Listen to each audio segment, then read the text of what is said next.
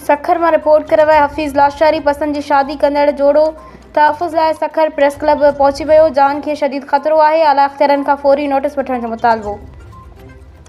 Report मूजिब सिब्बी जी रिहायशी मुस्मात फरीदा वलद अनवर अली मरी बलोच पंहिंजे मुड़स मोहम्मद ज़ुबैर वलद बहार खान मरी सखर प्रेस क्लब ॿाहिरां मीडिया से ॻाल्हाईंदे चयो त हिननि बी सेक्शन कोर्ट सखर में पंहिंजी मर्ज़ी सां घरां निकिरी कानूनी तक़ाज़ा पूरा कंदे सेशन कोर्ट सखर में शादी कई।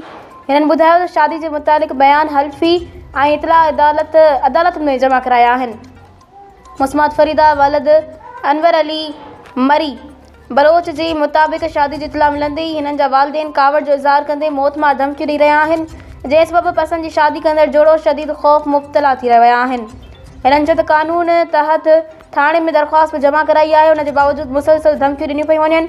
पसंद जी शादी कंदड़ जोड़ी chief justice Sindh high court IG Sindh police DIG Sukkur खे अपील कई आहे त हिन मामले जो फ़ौरी नोटिस वठी हिननि खे मुकमल सिक्योरिटी फ़राहम कई वञे जीअं बिना के ख़ौफ़ ख़तरे जे पंहिंजी ज़िंदगी गुज़ारे सघनि।